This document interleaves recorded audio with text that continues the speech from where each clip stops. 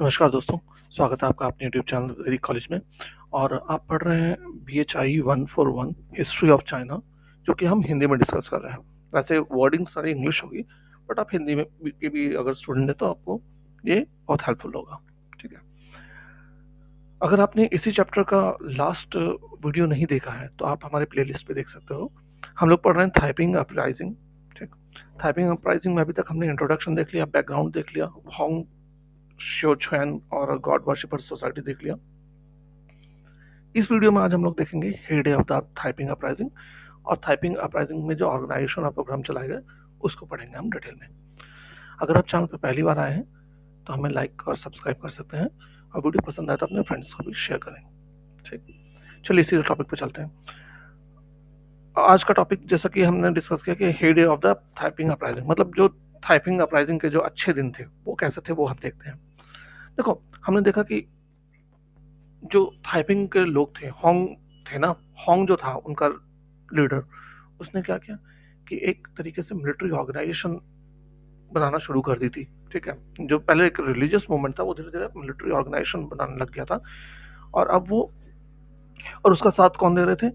जो secret society के लोग थे, और जो कुछ एक जो लीडर्स थे रिबेल, जो पीजेंट रेबेलियन के लीडर्स थे, उनमें से एक नाम है सुसान न्यांग करके।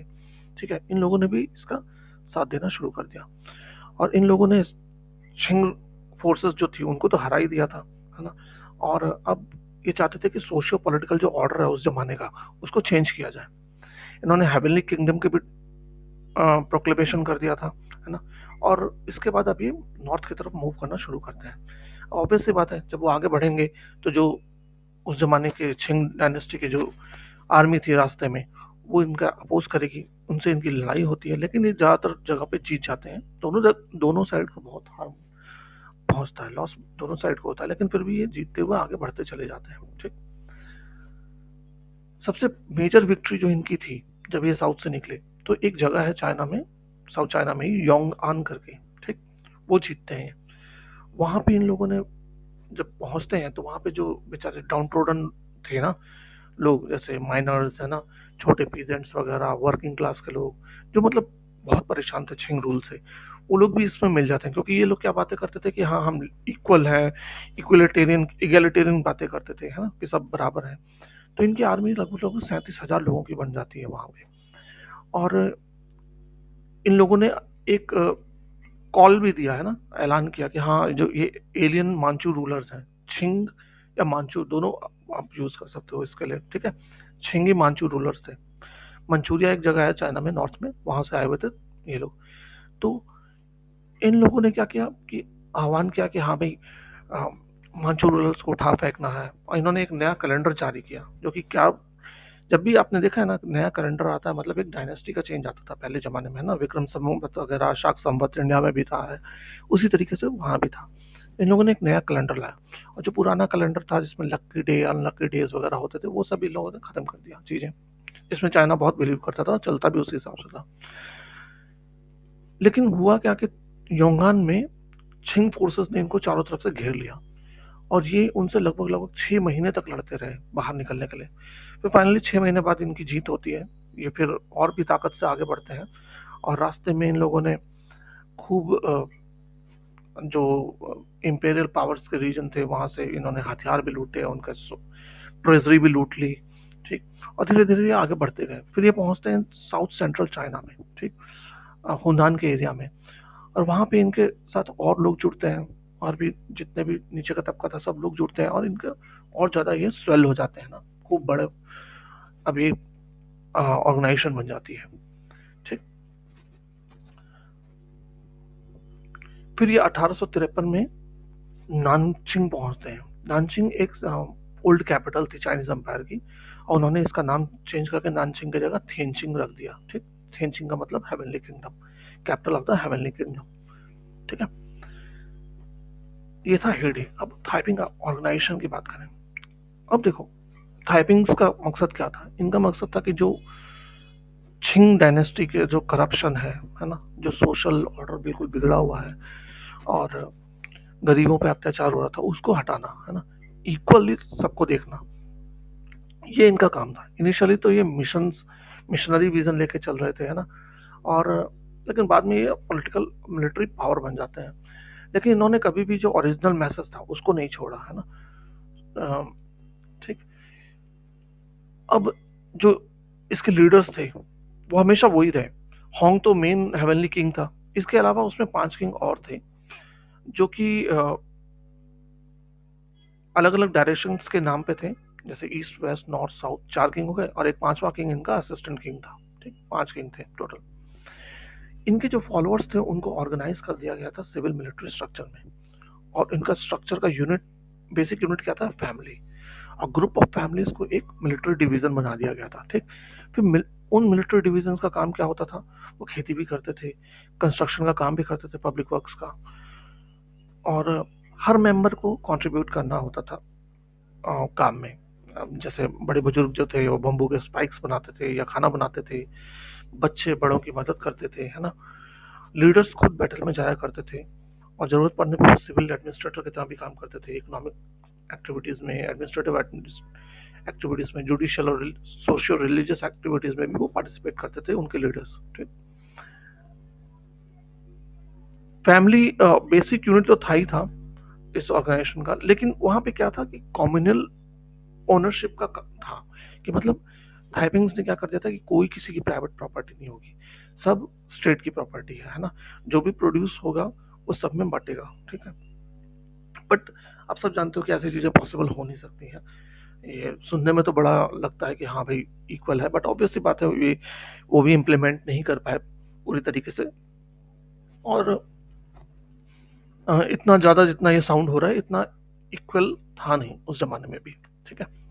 इसके पीछे क्या रीजन है अभी हम थोड़ी देर में पढ़ेंगे। लैंड सिस्टम, लैंड सिस्टम के बारे में क्या किया गया एमएलए किंगडम ने, उन्होंने क्या किया, जितनी भी लैंड थी उसको, प्राइवेट प्रॉपर्टी तो पहले ही हटा दी ताकि फ्यूडल लॉट्स वगैरह हट जाए, अपने सिर्फ अपने एरिया में, छिंग के एरिया में नहीं, है ना। जहां जहां इनका कब्जा था उन एरियाज में बात हो रही है, पूरी चाइना पे नहीं। ठीक। तो इन्होंने क्या किया, पहले तो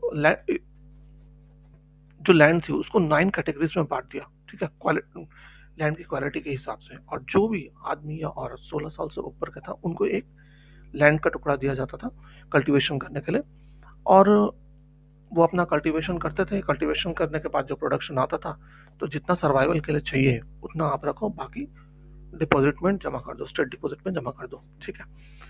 और अब दूसरा क्वेश्चन ये आता है कि भाई कोई लैंड बड़ी अच्छी हो सकती है, बहुत फर्टाइल हो सकती है, कोई लैंड अनफर्टाइल हो सकती है, तो फिर कैसे डिसाइड होगा। तो उसके लिए भी वो कोशिश करते थे कि सब में बराबर बटे, है ना। ऐसा नहीं हो कि किसी को पूरी फर्टाइल लैंड मिल जाए, किसी को बिल्कुल बैरन लैंड मिल जाए, ऐसा नहीं हो। लेकिन ऑब्वियस सी बात है, सिर्फ बोलने की बातें हैं। होता तो इतना बढ़िया होता तो फिर ये अपराइजिंग कुछ और ही रूप लेता, है ना, होंग किंग बनते, पर ऐसा हुआ नहीं। ऑब्वियस सी बात है, इम्प्लीमेंटेशन नहीं हो पाया। ये सारी चीज़ें जो हैं कहाँ लिखी गई हैं, उनके एक डॉक्यूमेंट है the land system of the heavenly kingdom, वहाँ मेंशन है ये सारी चीज़ें। ठीक। अब ये जो कॉम्युनल, अभी हम डिस्कस कर रहे थे ना कम्युनिटी का, कि सब चीज़ कम्युनिटी की होगी, कॉमन कम्युनिटी की होगी, ये चाइना में कोई पहली बार नहीं हो रहा था। चाइना में हमेशा से ऐसा होता था। इवन जो उनकी पुरानी शिन डायनेस्टी थी, उनका रूलर था वांग मांग, उसने भी इम्प्लीमेंट किया था। ठीक है। खैर, इन चीज़ों को देख करके चाइना के दूसरे एरिया में भी रिवोल्ट होने लग गया। पीजेंट्स रेंट देना बंद कर देते हैं, और कुछ एरिया पे इनका असर ये हुआ कि जो रेंट लेते थे टेनेंट्स, है ना, टेनेंट्स लैंडलॉर्ड्स जो लेते थे रेंट, वो 50% तक घटा दिए गए। ठीक। अब वुमेन की पोजीशन क्या थी इनके अंदर में, तो वुमेन का देखा गया कि बहुत ही बेहतर इनके एरियाज में जो वुमेन की कंडीशन थी बहुत बेहतर हो गई। और क्योंकि होंग की सिस्टर खुद ही एक कमांडर थी वुमेन सोल्जर की, तो ऑब्वियस सी बात है कि वुमेन्स भी पार्टिसिपेट करती थी, वुमेन्स भी आर्मीज में थी, इससे क्लियर होता है। उन्होंने एक वुमेन्स रेजिडेंशियल हॉल रखा हुआ था जो कि ओपन था यंग गर्ल्स के लिए और विडोज के लिए, जिनके हस्बैंड मारे गए वॉर में, है ना। कुछ एक प्रैक्टिसेस थी वुमेन्स के अगेंस्ट में, वो वहाँ बैन की गई। जैसे कि वहाँ पे पैर बांध दिया जाता था ताकि पैर छोटे छोटे रहें, वो बंद किया गया। प्रोस्टिट्यूशन बंद की गई, पॉलीगैमी बंद कर दिया गया। ठीक। और यहाँ तक कि एक ब्रिटिश मिशनरी थे डब्ल्यू मेयर हेड, उन्होंने कहा कि उसमें उन्होंने जब वहाँ की सिचुएशन देखी तो उन्होंने ये लिखा कि भाई ऐसा लगता है जैसे यूरोप में ही आप हो, जिस तरीके से औरतों को पूरी आज़ादी है, उसी तरीके से चाइना में भी आज की डेट में आज़ादी है, जो पहले कभी देखी नहीं गई। औरतें घोड़ों पे घूम रही हैं, अच्छी ड्रेस पहनी हुई हैं, है ना? और उनके बड़े-बड़े पैर भी हैं और बड़ी सभ्य हैं, बड़ी पढ़ी-लिखी हैं, उनके पास टाइम नहीं है बात करने का। तो कहता है ये सब देख के मेरे को अपने होम की याद आ गई, यूरोप की याद आ गई मेरे को। ठीक।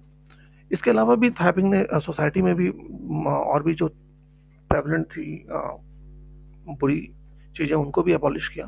फॉर एग्जांपल स्लेवरी अबॉलिश कर दी गई, गैम्बलिंग करना अबॉलिश कर दिया गया, टोबैको वाइन का कंजम्पशन बंद कराया गया, ओपियम स्मोकिंग पे बैन लगा दिया गया। ठीक। तो ये कुछ एक चीज़ें अच्छी भी की थी, थाइपिंग ने बहुत अच्छी की थी। अब हैंडीक्राफ्ट एंड ट्रेड के बारे में अगर हम बात करें, तो थाइपिंग्स ने जितने भी हैंडीक्राफ्ट वर्कर थे जो बेचारे बेरोजगार हो गए थे, उनके ऑर्गेनाइजेशन से जुड़े थे, तो उनको उन्होंने स्पेशलाइज्ड वर्क्स दिया। वो वर्क्स कैसे होते थे? ज़्यादातर मिलिट्री ओरिएंटेड होते थे, है ना? कि जो मिलिट्री के काम आ सके। इनिशियली इन लोगों ने ट्रेड और कॉमर्स को बढ़ावा नहीं दिया, है ना? इनका मानना था कि सब कुछ भगवान का दिया हुआ, हेवनली फादर का दिया हुआ, तो कुछ खरीदने की क्या ज़रूरत है? बट ऑब्वियस सी बात है, ये अनरियलिस्टिक थिंग है। तो फिर बाद में इन लोगों ने क्या किया कि जो कॉमर्स था उसको रेगुलेट करने की कोशिश की सेंट्रल अथॉरिटी के थ्रू। एक फ्री मार्केट खोली गई कैपिटल के बाहर, जहाँ आप जाकर के सामान ले खरीद सकते थे, बेच सकते थे। हालांकि अगर आप मर्चेंट हो तो आपको ट्रेड करने के लिए लाइसेंस लेना पड़ता था। बट जो टैक्स था वो छिंग रूलर्स के कंपैरिजन में बहुत कम लिया जाता था। ठीक।